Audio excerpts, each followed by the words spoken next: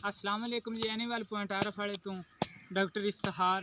जिस तरह तुसी जानते हो भी मैं हर रोज़ अच्छे तो अच्छा जानवर लियावन की कोशिश करना, इसी तरह ही अज एक मेरे घर के नाल मेरा आपदा अजीज़ है, मेरा रिश्तेदार है, उनके कोल मझ खड़ी है, अजीज़ भी है तो मेरा हमसाया भी है।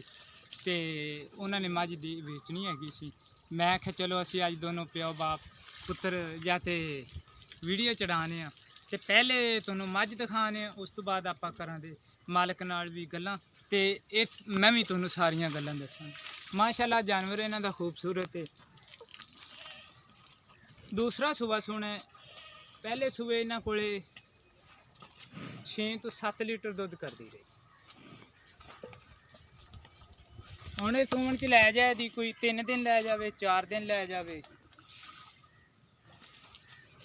ते मझ इन्होंने सेल करनी सी।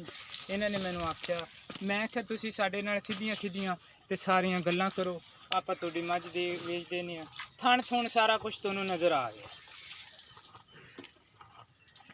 इहदे विच आपां नू मालक तो पुछण की जरूरत ही नहीं हैगी। किहड़ियां गल्लां ने वो मेरे कोले ने, मेरे घरां तो दूर होवे ते मैं तुहानू आखां भी मैं मालक तो पुछना सारियां गल्लां।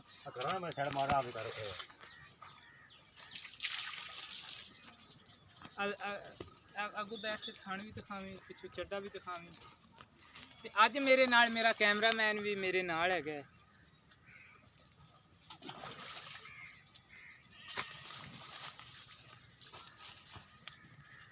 इन्हां कोले पिछले सूबे 6 तो 7 लीटर दुध करती रही है। दूसरा सूबा सोना है, सोहने थान ने, सोहनी मझ है माशाअल्लाह।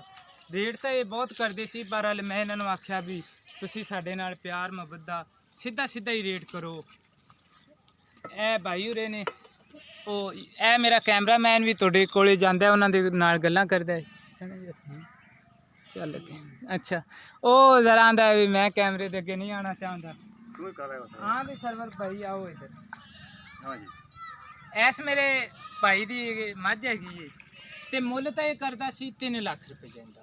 मैं आख्या यार इत्थे किहड़ा व्यापारी आंदा ਉਹਨੂੰ ਆਂਦਾ 3 ਲੱਖ रुपये ਲੈਣੇ ਤੇ मैं ਇਹਨਾਂ ਨੂੰ ਆਖਿਆ ਵੀ ਸਿੱਧੀ ਸਿੱਧੀ ਗੱਲ ਕਰੋ ਕਿੰਨੇ ਦੀ ਤੁਸੀਂ ਦੇਣੀ ਹੈ। ਤੇ ਵੈਸੇ ਇਹਨਾਂ ਨੇ ਇਹ ਆਂਦੇ ਨਹੀਂ ਵੀ ਅਸੀਂ 2-15 ਦੀ ਦੇ ਦਿਆਂਗੇ। ਪਿਆਰ ਮੁਹੱਬਤ ਆਪਾਂ ਇਹਨਾਂ ਨੂੰ ਇਹਦੇ ਵਿੱਚ ਲਵਾਂਗੇ। जानवर तुसी देख लिया। मैं उम्मीद करना अज वाली मेरी वीडियो तुहानू पसंद आवेगी। तो एनिमल पॉइंट आरफ वाले ज़्यादा तो ज़्यादा सबसक्राइब करो, बैल आइकॉन का बटन दबाते रहो। 0346 87 87 250 इसे नंबर पर मेरी व्हाट्सएप चलती, इसे नंबर पर मेरी ईमो चलती है। जानवर माशाल्लाह बड़ा खूबसूरत है यार।